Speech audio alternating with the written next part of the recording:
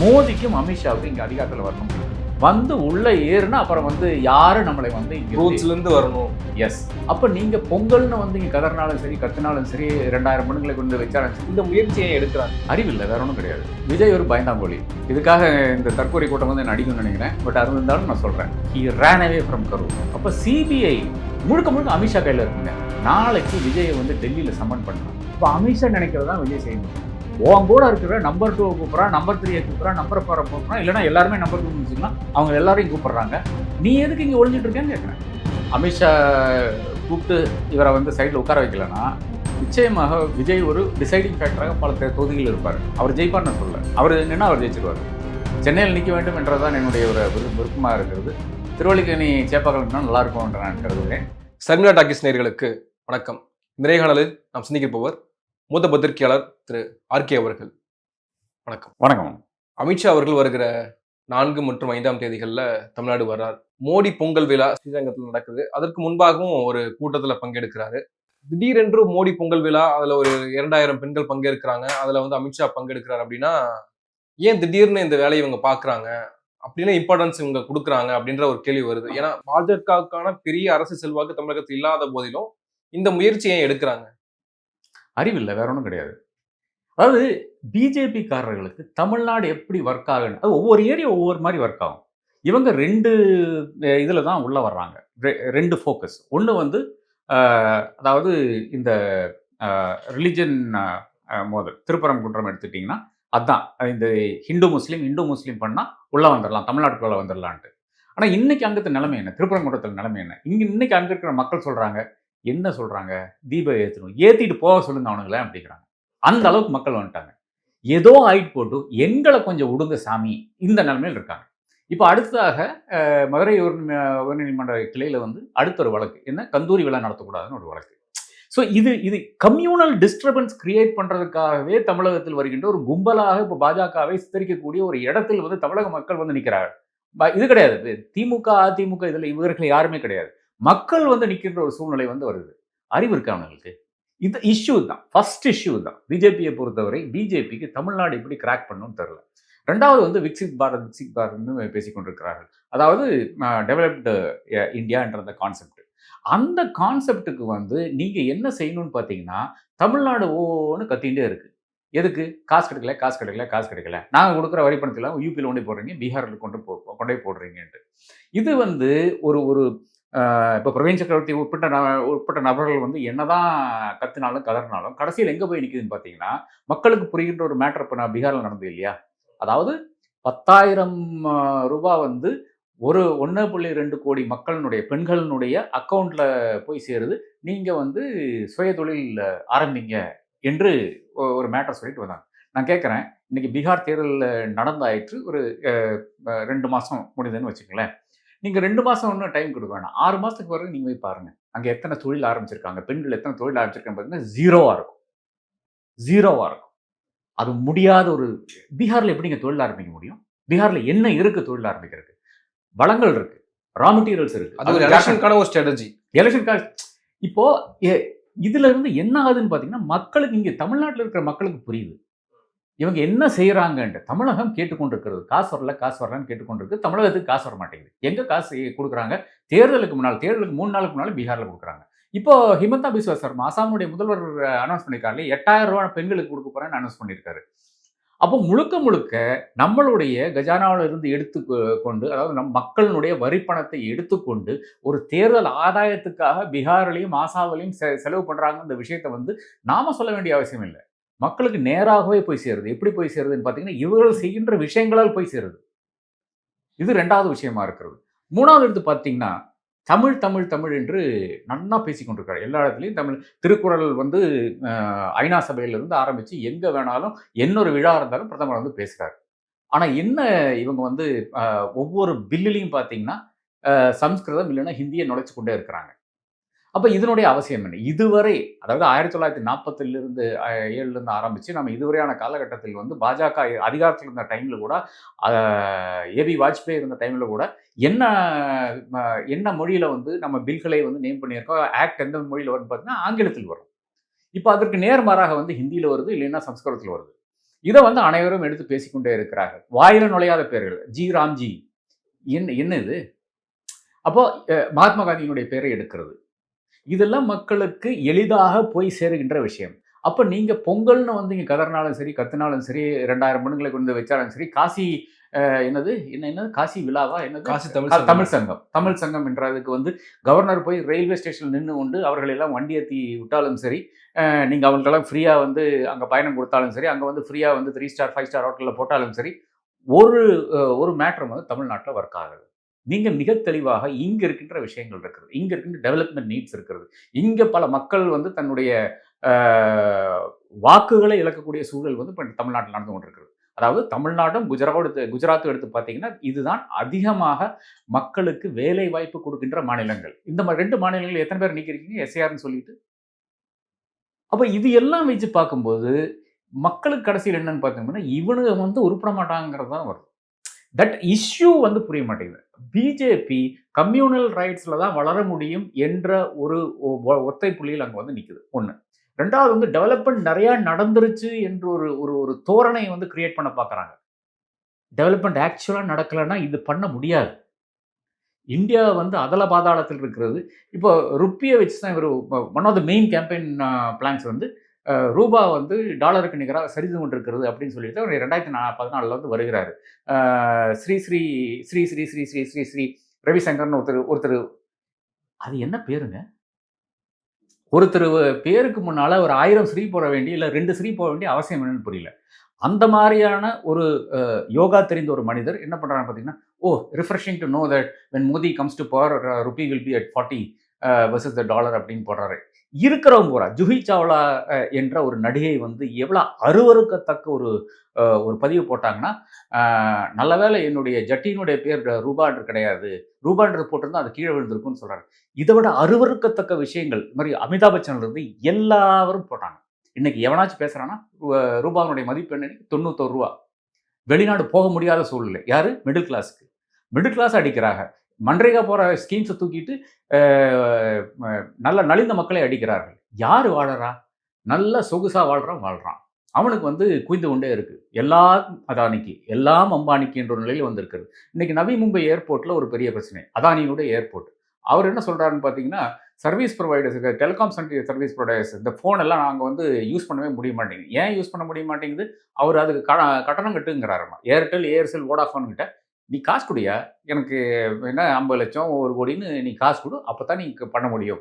அதாவது இங்க வந்து உன்னுடைய சர்வீஸ் இருக்க வேண்டும் என்றால் நீ இதெல்லாம் காசு கொடுங்கிறான். இது ஒவ்வொரு ஏர்போர்ட் ஆரம்பிச்சா நாம எங்க போய் நிப்போம்? இது எல்லா ஏர்போர்ட்டும் சொல்லலாம்ல. அப்ப நீ ஏர்போர்ட்ல வழியா போகணும்னா நீ வந்து அடுத்து ஃபோனை யூஸ் பண்ண முடியாது என்ற ஒரு நிலை வந்து விடுது. இது யாரு? அதானிங்கிறது நம்மளுடைய ஜியினுடைய ஃப்ரெண்டு. இதுதான் பிரச்சனையா இருக்கு. அப்போ இது எல்லாம் வந்து தமிழக மக்களுக்கு அன்றாடம் ஒரு அவங்க இப்போ வந்து திமுக காரன் பேசுறதோ, இல்லை என்றால் வேற யாரு பேசுறதோ வந்து அவர்களுக்கு போய் சேர வேண்டிய அவசியமே கிடையாது. அவர்களாவே தெரிந்து கொள்கிறார்கள். இது 1000 போஸ்ட் வருது Instagramல. கிக் ஒர்க்கர் ஸ்ட்ரைக்ல இவ்வளவு ஒரு பெரிய பிரச்சனை நடந்தது. அதாவது ஸ்விக்கி, சொமேட்டோ இவங்களெல்லாம். எந்த மத்திய அமைச்சர் பேசியிருக்காரு? அது ஒரு பிரச்சனை இல்லையா? அதாவது இன்னைக்கு இருக்கின்ற நிலைன்னு பார்த்தீங்கன்னா, இது இது ஒரு சூப்பரான வேலை தான். என்னை பொறுத்தவரை நல்ல வேலை. அதாவது நீங்க ஆப் ஆன் பண்ணீங்கன்னா, யூ ஆர் ஆன் டியூட்டின்னு அர்த்தம். உங்கள வந்து கூப்பிடலாம். நீங்க ஆஃப் பண்ணிட்டீங்கன்னா, நீங்க வேலையில இல்லைன்னு. அதாவது இன்றைய பிள்ளைகளுக்கு வந்து அப்படி ஒரு சைடு பிசினஸ் இல்லை என்றால் சைடு வேலை பார்க்கறது பிடிக்குது. அப்ப நெறைய பேர் அதுக்கு வர்றாங்க. ஆனா ஒரு சேஃப்டியும் கிடையாது, ஒரு செக்யூரிட்டியும் கிடையாது. 10 நிமிஷம் நீ டெலிவரி பண்ணணும். இந்த மாதிரியான விஷயங்கள் வரும்போது, அது ஒரு ஆக்சிடென்ட் நடந்தா கூட, இன்னொரு ஒரு ஒரு நெறைய இன்சிடென்ட்ஸ் இருக்கு. ஒரு ஒரு இன்சிடென்ட்ல வந்து ஒரு ஆக்சிடென்ட் நடக்குது. அதாவது இந்த ஸ்விக்கி டிரைவர் போறாரு. ஸ்விக்கி ஆர் சொமேட்டோன்னு தெரியல. டிரைவர் ரைடர் போய் கொண்டிருக்கிறாரு. ஆக்சிடென்ட் ஆகுது வண்டியில. இன்னொருத்தனை அனுப்பி அந்த ஆர்டரை கலெக்ட் பண்ணிட்டு திருப்பி எடுத்துட்டு போறாங்க. இவனுக்கு என்னாச்சுன்னு பார்க்க மாட்டேங்கிறாங்க. அந்த பையனுக்கு என்னாச்சுன்னு பார்க்க மாட்டேங்கிறாங்க. இது இந்த ஒரு இதுல வந்து ஏறத்தாழ 1.5 கோடி பேர் ஏதோ வேலையில இருக்காங்க. இவர்களை பத்தி உங்களுக்கு கவலை கிடையாது. யார பத்தி ஆரவல்லி அ ஹில் ரேஞ்சஸ். நீங்க பேசியிருக்க வேண்டாமா முன்னாடியே? இப்படி ஒரு தீர்ப்பு தவறு என்று பேசியிருக்க வேண்டாமா? ஏன் பேசல? ஒவ்வொரு விஷயத்திலும் எடுத்து பார்த்தீங்கன்னா, எஸ்ஐஆர பத்தி இன்னைக்கு ஹிந்துவுல வந்து கிழி கிழின்னு கிழிச்சு விட்டுருக்காங்க. ஒரு தலையங்கத்துல. அரசாங்கம் என்ன செய்து கொண்டிருக்கிறது?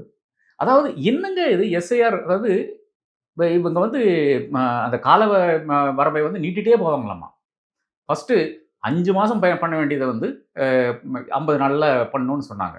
அப்புறம் 60 நாள் ஆச்சு, 70 நாள் ஆச்சு. இப்ப ஜனவரி 6ஓ 9ஓ ஏதோ புதுசு டேட் குடுத்துருக்காங்க. அப்ப கவர்னன்ஸ் என்பது ஜீரோ. இதுதான் தமிழக மக்களுக்கு போய் சேருகின்ற செய்தியா இருக்கிறது. இதை உங்களால் மாற்ற முடியுமா? இதை மாற்ற முடிஞ்சால் மட்டும்தான், வேற நீங்க இங்க வர வேண்டாம், தமிழ் பேச வேண்டாம்.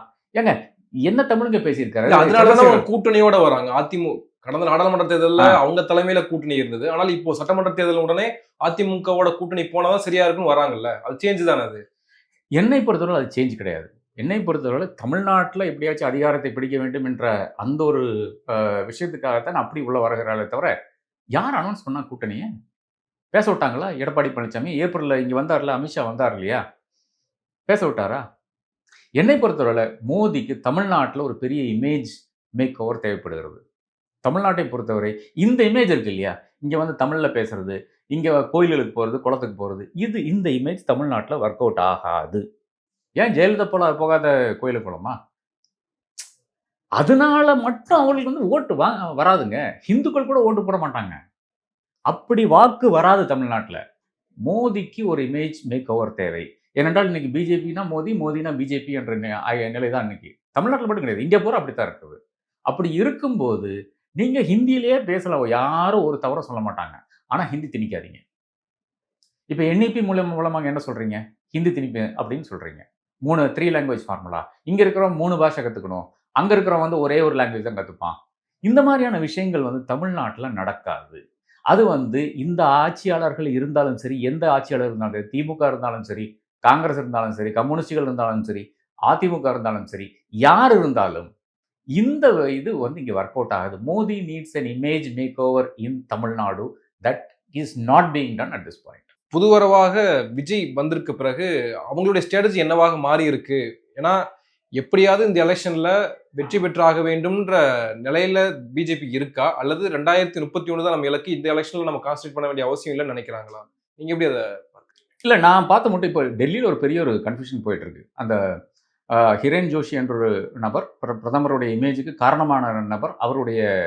அவரை சார்ந்த பல பிரச்சனைகள் போயிட்டு இருக்கு. அதனால ஒரு பெராலிசிஸ் இருக்கு. பாலிசி பெராலிசிஸ் பிஎம்ஓவை பொறுத்தவரை இருக்கு. பிஎம்ஓவில் ஒரு பெராலிசிஸ் வந்து விட்டால் அதனுடைய பிரச்சனை என்னன்னு பார்த்தீங்கன்னா வேற ஒன்றுமே நடக்காது. ஏனென்றால் அனைத்தும் கண்ட்ரோல் பண்ணுறது பிஎம்ஓ தான். பழைய மாதிரி பிஎம்ஓ கிடையாது. பழைய பிஎம்ஓவில் வந்து ஆராசா நினைச்சா ஒரு மேட்டர் பண்ணுவார். இந்த பக்கம் நம்மளுடைய காங்கிரஸை சேர்ந்து எஸ்எம் கிருஷ்ணன் நினைச்ச ஒரு மேட்டர் பண்ணுவார். அந்த மாதிரி இருந்த ஒரு காலம் மாதிரி இன்னைக்கு எல்லாமே வந்து பிஎம்ஓ டைரக்டட் விஷயங்கள தான் இருக்கிறது. ஒரு ஃபைல் சீக்கிரமா நீங்கன்னா உனக்கு என்ன அதில் இன்ட்ரெஸ்ட்னு கேட்குறாங்க. ஒரு ஃபைலை வந்து ரொம்ப காலதாமதம் பண்ணீங்கன்னா அதில் ஏதாச்சும் பிரச்சனை இருக்குமான்னு கேட்குறாங்க. அந்த அளவுக்கு வந்து மானிட்டரிங் இருக்கிறது பிஎம்ஓன்றது. ஆனால் அதனுடைய பிரச்சனை என்னன்னு பார்த்தீங்கன்னா பிஎம்ஓ டைரக்ஷன் வராத ஒரு மேட்டர் வந்து மூவ் ஆகாது. அதனால அந்த ஒரு பாலிசி ஒரு பெராலிசிஸ் வந்து டெல்லியில் இருக்கு. இதனால என்ன ஆகுதுன்னு பார்த்தீங்கன்னா, பாக்கி இருக்கின்ற விஷயங்கள் எல்லாம் ஏறத்தாழ மறந்து விட்ட மாதிரி தான். என்னையும் கேட்டீங்கன்னா, இதுக்குள்ளால ஒரு 2, 3 மந்திரிகள வந்து அரெஸ்ட் பண்ணியிருக்கக்கூடாதா? என்ன ஒரு இடி வந்து ஒரு இது போது என்னது இந்த மணல் பிரச்சனையில ஒரு இது போடுது. அது வந்து கோர்ட்ல போயிட்டு இருக்கிறது. 2வது வந்து லோக்கல் அட்மினிஸ்ட்ரேஷன் டிபார்ட்மெண்ட்ல வந்து இவ்வளோ ஊழல்னு சொல்லுகிறது. அதில் போயிட்டு இருக்கிறது. போலீஸ் டிபார்ட்மெண்ட்ல பிரச்சனைகள் இருக்குன்னு கூறுது. அதில் ஒரு வேற இது போயிட்டு இருக்கு. 2, 3 மினிஸ்டர் அரெஸ்ட் பண்ணிருக்கணும்ல இதுக்குள்ள. புது பிஜேபி எலெக்ஷன்னா வந்து அரவிந்த் கெஜ்ரிவால், ஹேமந்த் சோரன் மாதிரி ஆட்கள் கைது செய்யப்படுவாங்க. அந்த மாதிரி தமிழ்நாட்டிலையும் ஸ்டாலின், உதயநிதி ஸ்டாலின் இல்ல ஸ்டாலின் உதயநிதி ஸ்டாலின் தொட மாட்டாங்க. அது உங்களுக்கு தெரியும். அது தொட்டா வந்து தப்பா போயிடும் தெரியும்.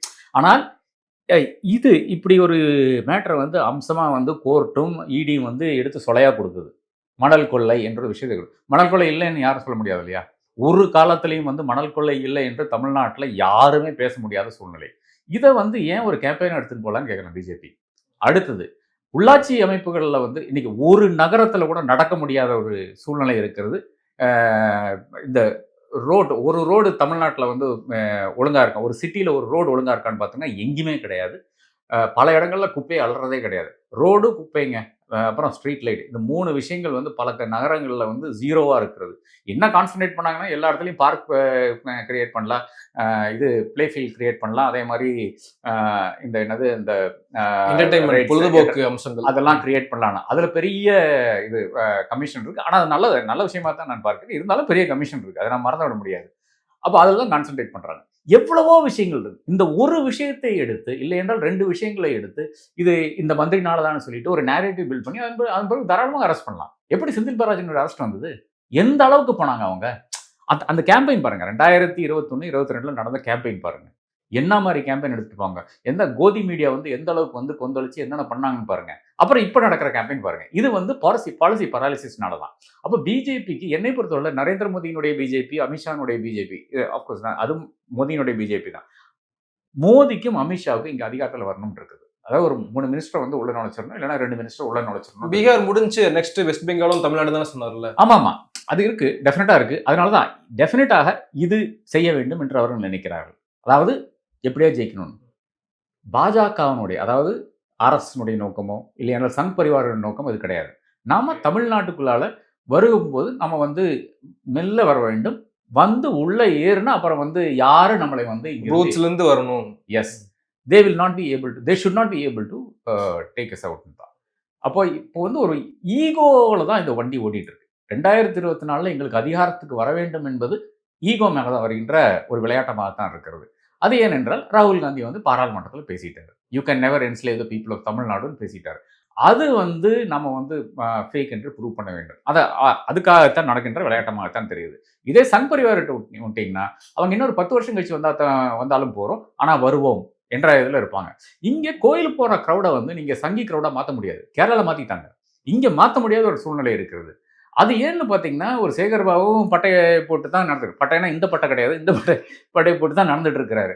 அந்த மாதிரி பாருங்க, மினிஸ்ட்ரியில் இருக்கின்ற நபர்ல திமுக வந்து தீக்கானால தான் திமுக வந்து உருவானதெல்லாம் இருக்கிறது. அப்படி இருந்தால் கூட இந்த மாதிரியான நபர்களை கூட எம்ப்ரேஸ் பண்ணக்கூடிய ஒரு கட்சியாக இன்னைக்கு திமுக இருக்கிறது. அதிமுக அது எடப்பாடி பழனிசாமியே போய் நிற்கிறார் கோயிலில். அப்போ அதனால ஒரு பினராயி விஜயனால போய் நிற்க முடியாது. கேரளாவில் இருக்கின்ற சிபிஎம்னுடைய இன்னைக்கு முதல்வராக இருக்கின்ற நபர் போய் நிற்க முடியாது, கோயிலில் நிற்க முடியாது. அப்போ அவர்கள் வந்து கோயிலுக்கு எதிரான நபர்கள், கோயிலை கொள்ளையடிக்கிறார்கள், இந்த கஜானால உண்டியில் வர்றதெல்லாம் கொள்ளையடிக்கிறார்கள், தாராளமாக கேம்பெயின் எடுத்துட்டு போகலாம். இங்கே கேம்பெயின் எடுத்துட்டு போக முடியாது. ட்ரை பண்ணாங்க. ஆடிட்டோரியம் கட்டக்கூடாது, அதை கட்டக்கூடாது, இது கட்டக்கூடாது, ஸ்கூல் கட்டக்கூடாதுன்னு. எங்க ஸ்கூல் கட்டதில் உனக்கு எங்க பிரச்சனை? பசங்க படிச்சிருவாங்கள ஆதங்கமா உனக்கு? அப்படி அது அப்படியே திரும்புது இல்லை. எடப்பாடியே சொல்லி திரும்பி அதை பேக் அடிச்சிட்டாரு. அதான் அது திரும்புது இல்லை. என்டையர் அந்த லாஜிக் திரும்புது இல்லை. தமிழகத்தை பொறுத்தவரை பாஜகவினுடைய இன்னும் ஸ்ட்ராட்டஜியில் வருகின்ற பிரச்சனையாகத்தான் நான் இதை பார்க்கிறேன். இன்னும் டைம் இருக்கு, மாத்திரக்கு டைம் இருக்கு. நீங்க ஒரு சாதாரணமான ஒரு டெவலப்மெண்ட் ப்ரோ டெவலப்மெண்ட் கட்சியாக குஜராத்தில் ஒரு இமேஜிங் கிரியேட் பண்ணீங்கல்ல, அதே இமேஜிங் கிரியேட் பண்ணா தான் உள்ள வர முடியும், இல்லைன்னா முடியாது. சிபிஐ என்கொயரி வந்து ஆதவ் அர்ஜுனா, புசி ஆனந்த், நிர்மல்குமார் எல்லாருமே அங்க இருக்காங்க. அந்த இன்வெஸ்டிகேஷன் ஒரு பக்கம் போகுது. எடப்பாடி சொல்றாரு மாவட்ட செயலாளர் கூட்டத்துல, கவலைப்படாதீங்க, மிகப்பெரிய ஒரு கூட்டணி நமக்காக இருக்கு அப்படின்றாரு. அப்போ இது என்ன சொல்ல வராங்க? இன்னுமா நம்பிட்டு இருக்காங்க தாவேக்கா உள்ள வரும்னு நினைச்சிட்டு இருக்காரு எடப்பாடின்ற ஒரு கேள்வி இருக்குல்ல. இல்ல, தாவேக்கா மேல என்ன மாதிரி அழுத்தம் வரும்ன்றதான். இது விஜய் ஒரு பயந்தாங்கோலி. இதுக்காக இந்த தற்கொலை கூட்டம் வந்து என்ன அடிக்கும்னு நினைக்கிறேன். பட் அது இருந்தாலும் நான் சொல்றேன். ஏனென்றால் அவர் கரூர்லேருந்து ஓடின மனிதர். மறுபடியும் சொல்றேன், he ran away from Karur. only a coward does this. ஒரு அரசியல்வாதி பண்ண மாட்டான்.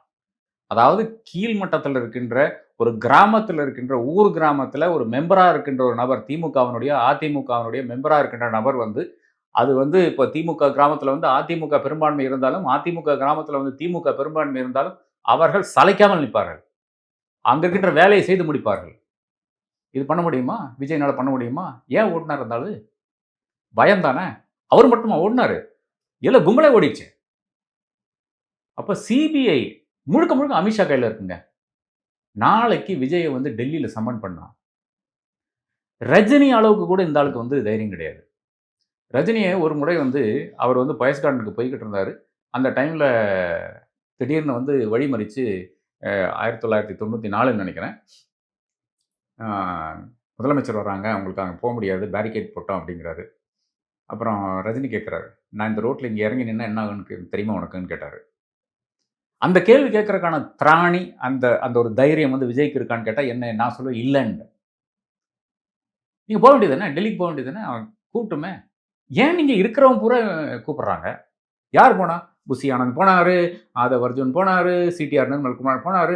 நீங்கள் என்னக்கு எதுக்கு வீட்டுக்குள்ளால ஒழிஞ்சிட்டு இருக்கீங்கன்னு கேட்குறேன். Where should you be? உன் கூட இருக்கிற நம்பர் 2 கூப்பிட்றான், நம்பர் 3 கூப்பிட்றான், நம்பர் 4 கூப்பிட்றான், இல்லைன்னா எல்லாருமே நம்பர் 2ன்னு வச்சுக்கலாம், அவங்க எல்லாரையும் கூப்பிட்றாங்க. நீ எதுக்கு இங்கே ஒழிஞ்சிட்டு இருக்கேன்னு கேட்குறேன். நீ டெல்லியில் போய் நிற்க வேண்டாமா? டெல்லி ஏர்போர்ட்டில் போய் நின்னா டெல்லி சந்திச்சுக்கணும்ல. இருக்கிற தமிழன் மலையாளி எல்லாம் வந்து நிற்பான்ல அவங்க கூட. ஏன் போக மாட்டேங்கிற? என் மேலே குற்றம் இல்லைன்னு நீங்கள் சொல்லிட்டீங்க. கட்சி மேலே குற்றம் கிடையாது, எங்களுக்கு இதில் பொறுப்பு கிடையாது, அரசாங்கம் செஞ்சுன்னு சொல்லிட்டீங்க. இது ஒரு கான்ஸ்பிரசின்னு சொல்லிட்டீங்க. என்ன பயன்னு கேட்குறேன். போய் டெல்லி நிற்க வேண்டியது தானே. உன் ஆளை பூரா பிடிச்சி உள்ளே போட்டுட்டு இருக்கான், இல்லைன்னா விசாரிச்சுட்டு இருக்கான். நீ என்ன இங்கே பண்ணிட்டு இருக்கேன்னு கேட்குறேன். இதுதானுங்க விஜய் கடைசியில். இப்போ அமித்ஷா நினைக்கிறதா விஜய் செய்ய முடியும். பட் அந்த கிரேஸ் மக்கள் மத்தியில வந்து என்னதான் திமுக, அதிமுக மேல குற்றச்சாட்டுகள் அதெல்லாம் கடந்து விஜய் என்ன எது செஞ்சாலும் பரவாயில்ல, எது செய்யாட்டியும் பரவாயில்ல, நாங்க விஜய்க்கு ஓட்டு போடுறோம் அப்படின்ற மென்டாலிட்டி மக்கள் மத்தியில வந்துருது இல்லையா? அது நிறைய பேர்ட்ட பேசும்போது அது இயல்பாவே தெரியுது. கொஞ்சம் டைம் கொடுங்க. இன்னும் வந்து அமித்ஷாவோ மோடியோ தமிழகத்தை பற்றி நினைக்கவில்லை. இந்த பக்கம் தலை வச்சு படுக்கல. அதான் சொல்றேன். அந்த ஒரு ஒரு ஒரு நேரேட்டிவ் கூட தமிழ்நாட்டில் நம்ம பில்ட் பண்ணல. ஏதோ கூப்பிடுறாங்க, முன்னாடி அக்செப்ட் பண்ணது, 4ஆம் தேதி அக்செப்ட் பண்ணது, நயனார் நாகேந்திரனுடைய இதுக்கு வந்து அமித்ஷா வந்துட்டு போறாரு. டெல்லியில வெளியே பெரிய பிரச்சனைகள் ஓடிட்டு இருக்கு. அந்த பிரச்சனைகள் வந்து ஓய்ந்த பிறகு தான் நீங்க வந்து பார்ப்பாங்க. கொஞ்சம் டைம் கொடுங்க. சிபிஐ இவரை சம்மன் பண்ணா இவருக்கு வந்து அவ்வளவுதான். இவர் நிச்சயமாக அதை வந்து தருணம் செய்ய முடியாது. பட் ராகுலோட கால் எங்களுக்கு இருக்கு, ராகுல் எங்களுக்கு வெயிட் பண்ணிட்டு இருக்காருன்னெல்லாம் ஆதவ சொன்னார் இல்லையா? சொல்லட்டுமே. அது காங்கிரஸுடைய பாலிடிக்ஸ். காங்கிரஸ் டெஃபினட்டாக வந்து காங்கிரஸ்ல பெரிய ஒரு பிரச்சனை இருக்கிறது. அது என்னன்னு பார்த்தீங்கன்னா, திமுக ரிப்பீட்டட்லி வந்து ராஜ்யசபா அஷ்யூர் பண்ணிட்டு காங்கிரஸுக்கு கொடுக்கல. காங்கிரஸ் பண்ண ஒரே ஒரு மிஸ்டேக் தான். அவங்க எழுதி வாங்கல. மிச்சம் இருக்கிற முறை சின்ன சின்ன கட்சி கூட எழுதி வாங்கிரும் திமுக கிட்ட இருந்து. 2019ல ப்ராமிஸ் பண்ணாங்க, 2021ல ப்ராமிஸ் பண்ணாங்க. எங்க சீட் கொடுத்தாங்க? அதை தாண்டி முதல்வர் வந்து இங்க இருந்தபோது, அதாவது ஊட்டியில் இருந்தபோது சமீபத்தில் இவர் அறிவிக்கிறார் இல்லையா, கமலஹாசன் அறிவிக்கிறார் இல்லையா, அதுக்கு 2 நாள் முன்னால வந்து கார்கே டிஆர் பாலுவை கூப்பிட்டு சொல்றாரு, இந்த மாதிரி எங்களுக்கு ராஜ்யசபா சீட் வேணும், நீங்க சொல்லியிருந்தீங்க, அது இன்னும் கொடுக்கவில்லை என்று கூறுகிறார். டிஆர் பாலு கம்யூனிகேட் பண்ணாரா இல்லையான்னு எனக்கு தெரியல. டிஆர் பாலு அவர்கிட்ட சொன்ன விஷயம் என்று எனக்கு தெரிவது என்றால், நான் சிஎம் வந்து சென்னைக்கு வந்துடுவார், அதன் பிறகு நான் பேசிக்கிறேன் அப்படிங்கிறாரு. சிஎம் வந்து அங்கேயே அறிவிச்சிடறாரு. அங்கேயே வந்து கமலஹாசனை அறிவிச்சிடுறாரு. அது காங்கிரஸுக்கு பெரிய ஷாக்கா இருக்குது. அதாவது அவர் வந்து ராகுல் காந்தி கிட்ட பேசவில்லை. எல்லாத்துக்கும் ராகுல் காந்தி கிட்ட பேசுறாரு. இந்த ஒரு விஷயத்துக்கு வந்து ராகுல் காந்தி கிட்ட பேசவில்லை. அப்புறம் என்ன நினைக்கிறது? காங்கிரஸ் என்ன நினைப்பாங்க? 2 முறை ராஜ்யசபா சீட்டை ப்ராமிஸ் பண்ணி 2 முறையும் வந்து டிமிக்கி கொடுத்து இருக்கின்ற ஒரு கட்சியை எப்படி நம்ப முடியும் நீங்க? பிரவீன் சக்கரவர்த்தியோட ஸ்டேட்மெண்ட் அப்படின்றது நாட் இஸ் பர்சனல் ஒப்பீனியன். அது வந்து மேபி தலைமையிலிருந்து வரக்கூடிய ஒப்பீனியன்ஸா கூட இருக்கலாம் அப்படின்னு எடுத்துக்கலாமா? இல்ல, பிரவீன் சக்கரவர்த்தியோட இந்த ஆர்டிகல் வந்து ஸ்டூபிட் தான். அதாவது யூபி தமிழ்நாடு கம்பேரிசன் வந்து ஸ்டூபிட் தான். அது வந்து ஒரு மேத்தமெட்டிஷியன் பண்ணலாம். அதாவது தமிழகத்தையே யூபியை தெரியாத ஒரு நம்பர் வேணா பண்ணலாம். ஆனா அதுக்கு முன்னாடி வந்த கிரிட்டிசிசம் இருக்கு இல்லையா, அது எல்லாம் வேலிட் கிரிட்டிசிசமாக தான் நான் பார்க்கிறேன். அது காங்கிரஸ்ல நிறைய ட்ராக்ஷன் இருக்கு அதுக்கு. அதனால பிரவீன் சக்கரவர்த்தி டக்குன்னு போறாரு, ராகுல் காந்தி உட்காந்து பிரேக்ஃபாஸ்ட் சாப்பிட்றாருன்னு சொல்றது வந்து அபத்தம். ராகுல் காந்தி கிட்ட எல்லாம் யார் உட்காந்து பிரேக்ஃபாஸ்ட் சாப்பிட முடியாது. அவர் எப்போ நினைக்கிறாரோ அப்பதான் நீங்க உட்காந்து பிரேக்ஃபாஸ்ட் சாப்பிட முடியும். கார்கே மட்டும்தான் அதுக்கு விளக்கா இருக்காரு. கார்கே இன்னைக்கு வந்து காங்கிரஸ் தனக்காக ஒரு இடத்தை வந்து உருவாக்கி இருக்கிறார். கார்கே நினைக்கின்ற விஷயங்கள் வந்து எல்லா இடத்துலையும் நடக்கும் என்பதுதான் உண்மை. இன்னும் காங்கிரஸை பற்றி புரியாத இருக்கு. நான் முன்னாடியே சொன்ன ஒரு விஷயம் வந்து மறுபடியும் ரிப்பீட் பண்றேன். அதாவது காங்கிரஸ்ல ஒரு ஃபர்ஸ்ட் ஃபேமிலி இருக்கிறது, இன்னைக்கு ஒரு தலைவர் இருக்கிறார். தலைவர் வந்து ஃபுல் பவர் இருக்கிற தலைவர் என்று நான் கூற மாட்டேன். இருந்தாலும் அவருக்கு பவரும் இருக்கிறது. அவர் ஒரு எஸ்சி இனத்தை சார்ந்தவர். அதனால வந்து அவரை நீங்க லேசில் இடம் போட்ட முடியாது, லேசில் நீக்க முடியாது. அப்போ அங்க அது டெஃபினெட்லி ஒரு பவர் சென்டர் தான். அது பழைய பவர் சென்டர் மாதிரி எல்லாம் கிடையாது. He is actual power centre ஒன்று. ஃபேமிலியும் இருக்கிறது. ஃபேமிலியும் ஒரு பவர் சென்டர் தான். அதையும் யாரும் மறுக்க முடியாது. ஃபேமிலிக்கு வந்து Kharge with respect to Kharge எவ்வளவு பவர்னு பார்த்தீங்கன்னா அதிகமான பவர் இருக்கத்தான் செய்யுது. அவர்கள் 3 பேர். அவர்களுக்கு வந்து பர்சனல் ரிலேஷன்ஷிப் இருக்கு. ஆயிரக்கணக்கான நபர்களோட பர்சனல் ரிலேஷன்ஷிப் இருக்குது. டிகே சிவகுமார் இன்றைக்கு டெப்டி சீஃப் மினிஸ்டர் கர்நாடகா, அவர் ஜெயிலில் இருந்த சமயத்தில் வந்து சோனியா காந்தி அம்மையார் போய் சந்திக்கிறார். அதில் அவருக்கு பெரிய இது, அதாவது என்ன வந்து தலைவி வந்து சந்திச்சாங்களா, அந்த டைமில் அவங்களுக்கு உடம்பு கூட சரியில்லை. அப்படி இருந்து கூட டிகே சிவகுமார் போய் சந்திக்கிறாங்க. அதை தாண்டி ராகுல் காந்தி என்ன பண்ணுறாருன்னு பார்த்தீங்கன்னா, டிகே சிவகுமார் கூட டீல் பண்ணுறதே கிடையாது. ராகுல் காந்தி நேராக சித்தாராமையிட்ட மட்டும் தான் டீல் பண்ணுவார். இப்போ சித்தாராமையா முதல்வராக வேண்டும், முதல்வராக இருப்பார் என்று டிசிஷன் எடுக்கிறது வந்து ராகுல் காந்தி. இப்போ சித்தாராமையா வந்து முக்கியமான ராகுல் காந்திக்கு எதிராக ஒரு மேட்டரையும் வந்து பேசவும் முடியாது, சொல்லவும் முடியாது. இன்னைக்கு ராகுல் காந்தி என்ன சொன்னாலும் சித்தாராமையா கேட்பார். சோனியா அம்மையார் என்ன சொன்னாலும் டிகே சிவகுமார் கேட்பார். இதுதான் காங்கிரஸினுடைய பாலிடிக்ஸ். யார் வேணாலும் என்ன வேணாலும் பேசலாம். பட் இந்த கர்நாடகா இஷ்யூவை வச்சு கோதி மீடியா வந்து ஒரு மாசம் ஓட்டியிருக்கும் வண்டியை. அதாவது அவர் முதல்வராகிறார், இவர் தூக்கி போடுறாங்க, இந்த ஓட்டுக்கு அரசாங்கம் விழ போகிறதுலாம் சொன்னாங்க. என்னாச்சு? பரமேஸ்வரா நடுவில் வந்து முதல்வர் ஆனன்னு சொன்னார். எல்லாம் ஓடிச்சு வண்டி. இவ்வளோ ஓடின பிறகு கூட ஒரு சலசலப்பும் கிடையாதாங்க, ஒன்றும் நடக்கல. இதுதான் காங்கிரசினுடைய ஒரு ஒரு ஒரு பரவலான ஒரு ஒரு அண்டர்ஸ்டாண்டிங்காக நான் சொல்றேன். அதுல ஒரு பிரவீன் சக்கரவர்த்திக்கு இடம் இருக்கு, ஒரு செல்வ பிறந்தகைக்கும் இடம் இருக்கு. செல்வ பிறந்தகை தான் இன்னைக்கு வந்து காங்கிரஸ் திமுக கூட இருக்க வேண்டும் என்று உறுதியாக நம்புறவர் வந்து செல்வ பிறந்தகை. காங்கிரஸ் இருக்கக்கூடாது என்று வாதாடுவர் வந்து பிரவீன் சக்கரவர்த்தி. இதுக்கு நடுவில் இருக்கிறவர் கார்த்தி சிதம்பரம். கார்த்தி சிதம்பரம் அவங்கெல்லாம். இவர்களுக்கு அனைவருக்கும் இடம் இருக்கிற ஒரு இடம் தான் காங்கிரஸ். அன்டெஸ்டட் ஃபெலோவா இருக்கக்கூடிய விஜய் அவர்களை இன்றைக்கு தேசிய கட்சிகள் 2 தேசிய கட்சிகளுமே வந்து கண்காணிக்கிறாங்க. அவர் எங்க போக போறாருன்னு பாக்குறாங்க. இன்க்ளூடிங் திமுகவுமே வந்து கான்பிடண்டா இருந்தாலுமே கூட ஒரு பக்கம் என்ன நடக்க போகுதுன்ற ஒரு கெஸ் இருந்துட்டே இருக்கு. என்ன எப்படி ஒரு எலெக்ஷனை ப்ரிடிக்ட் பண்ணவே முடியாத நிலைமையில இருக்கிறோம். அதை எப்படி நம்ம எடுத்துக்கிறது? நிச்சயமாக ப்ரிடிக்ட் பண்ண முடியாது இந்த எலெக்ஷன்ல. அது ஏன்னு பார்த்தீங்கன்னா, விஜய் என்பவர் வந்து ஒரு டிஸ்ரப்டராக இருப்பார். அதாவது ஆஸ் திங்ஸ் ஸ்டாண்டு அமித்ஷா கூப்பிட்டு இவரை வந்து சைடில் உட்கார வைக்கலன்னா, நிச்சயமாக விஜய் ஒரு டிசைடிங் ஃபேக்டராக பல தொகுதிகள் இருப்பார். அவர் ஜெயிப்பார் நான் சொல்ல. அவர் நின்னா அவர் ஜெயிச்சிருவார். சென்னையில் நிற்க வேண்டும் என்றதுதான் என்னுடைய ஒரு விருப்பமாக இருக்கிறது. திருவல்லிக்கேணி சேப்பாக்கம் நின்னா நல்லா இருக்கும் என்று நான் கருதுகிறேன். குளத்தூர் நின்னா அவர் தோத்துருவார். ஆனால் அது நான் சொல்கிறேன். விஜயை பொறுத்தவரை இப்போ நீங்கள் எந்த ஒரு மாவட்டமான எடுத்துங்க, அந்த மாவட்டத்தில் வந்து இப்போ திமுகவுக்கும் அதிமுகவுக்கும் ஒரு சிறு வாக்குகளில் வந்து ஜெயிக்கக்கூடிய வாய்ப்பு. கோயம்புத்தூர் எடுத்துங்களேன், கோயம்புத்தூர், கரூர், அந்த வெஸ்டர்ன் பெல்ட் எடுத்துங்க. வெஸ்டர்ன் பெல்ட்டில் வந்து இன்னைக்கு அதிமுக வந்து சொல்ப வாக்குகள் ஜெயிக்கக்கூடிய ஒரு நிலை தான் இருக்கிறது. ஏன்னா பாஜக உள்ள வந்துருச்சு. அதனால மைனாரிட்டி கான்சல்டேஷன் நடக்க போகிறது. அந்த மைனாரிட்டி வாக்குகள்லாம் வந்து இவங்களுக்கு போயிடும், காங்கிரஸ் திமுகவுக்கு போயிடும். அந்த இடத்துல வந்து யாருடைய வாக்குகளை எடுப்பாருன்ற சொல்ல முடியாது. இப்போ ஒரு இடத்துல வந்து அதிமுக ஃபோர்ஸ் இருந்தால் அந்த இடத்துல அதிமுகவுடைய வாக்குகளை வந்து விஜய் எடுக்கிறார், திமுகவுடைய வாக்குகளும் எடுக்கிறார்.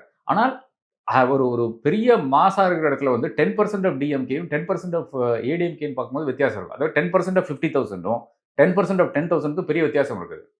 அப்போ இந்த வாக்கள், இந்த அளவுக்கு வாக்கள் நீங்கினாலே வந்து நிச்சயமாக அது வந்து விக்டரி மார்ஜின்ஸில் பிரச்சனை வரும். எல்லா இடத்துலையும் விக்டரி மார்ஜின்ஸில் பிரச்சனை வரப்போகுது. அப்போ சொல்ப வாக்குகளில் வந்து ஒரு கட்சி ஜெயிக்குது என்றால் அந்த கட்சிக்கு நிச்சயமாக பெரிய பிரச்சனை வரும். 10,000 ஓட்டுக்கு கம்மியாகிற இடத்துல எல்லா இடத்துலையும் பிரச்சனை வரப்போகுது தமிழ்நாட்டில். அதாவது மறுபடியும் சொல்கிறேன், அமித்ஷா வந்து இவரை கூட்ட வச்சு உட்கார வைக்கக்கூடாது. உட்கார வைக்கலன்னா நிச்சயமாக ஒரு பெரிய ஒரு குழப்பம் நடக்கும். என்னால் ப்ரெடிக்ட் பண்ண முடியல. நிறைய பேர் என்ன சொல்றாங்க, கேடர்ஸோட பலம் வேணும், ஒரு கான்ஸ்டன்சில வந்து ஒரு வேட்பாளர்களுடைய முகம் தேவைப்படுது. இது எல்லாமே ஒரு டிசைடிங் ஃபேக்டரா இருக்கும்போது எதுவுமே இல்லாத ஒருத்தர் வந்து மாத்திருவாரு நம்ம எப்படி சொல்ல முடியும்னு? இல்ல அதான் நான் அப்படியே சொல்லல. இவர் ஜெயிப்பாருன்னு சொல்லல. நான் சொல்றது இவ்வளவுதான். அவருக்குன்னு ஒரு கூட்டம் இருக்கிறது. அந்த கூட்டம் வந்து அதிமுகவை சார்ந்த கூட்டம், திமுகவை சார்ந்த கூட்டம், பாஜகவை சார்ந்த கூட்டம், காங்கிரஸை சார்ந்த இந்த இதுதான் இருக்கு. இவர்கள் யாரும் வந்து கேடர் கிடையாது. இவர்கள் ஆனால் வாக்களிக்க வருவார்கள். இவர்கள் வாக்களிப்பது வந்து விஜயனுடைய இன்ஃப்ளூயன்ஸ்ல இருக்கலாம். இல்லை என்றால் இது மட்டும் ஜெயிச்சான்ல அடுத்தவனுக்கு போட்டு போயிடலாம் அப்படின்னு இருப்பாங்க. இல்லை என்றால் விஜய்க்குன்னா அந்த கட்சிக்கு அந்த வாக்குகள் கொடுப்பார்கள். அதுவும் மறுபடியும் இருக்கிற பிரச்சனை என்னவென்றால் அனைத்து இந்த எல்லா இடத்துலையும் ஒரே சிம்பிள் கொடுக்கணும். அது நமக்கு தெரியாதுல்ல. கியானேஷ்குமார் என்ற அவர் வந்து இப்போ பாஜக அலுவலகத்திலேயே அவருக்கு ஒரு ரூம் கொடுத்துட்டாங்கன்னு சொல்றாங்க. ஏன்னா அந்த அளவுக்கு வேலைகள் செய்து கொடுக்குறாரு பாஜகவுக்கு. அப்போ இந்த மாதிரி பல பிரச்சனைகள் இருக்கு. இதெல்லாம் ஒத்து வந்தால் ஒரு இவர்களுடைய தாவேக்கானுடைய அந்த வாக்கு வங்கி என்பது ஒரு 10% அதுக்கு மேலேயே இருந்தால் எல்லா டிஸ்ரப்ஷன் தானுங்க. எல்லா இடத்துலையும் டிஸ்ரப்ஷன் தான். இப்போ 2019 நான் வந்து தெளிவாக சொன்னேன் யார் ஜெயிக்க போறாங்க, எல்லா வாக்குகள் வந்து ஒவ்வொரு தொகுதியிலையும் வந்து சொல்ல முடிஞ்சது. 2021 நான் சொன்னேன், இவர்கள்லாம் நிறைய சொன்னாங்க 180 200 காங்கிரஸ்க்கு. நான் சொன்ன முடியவே முடியாதுன்ட்டு. அவ்வளோதான் வரவே வராது. 160 165 அந்த ரேஞ்ச் தான் வரும்னு சொன்னேன். 120 தான் நினைச்சு கடைசியில்.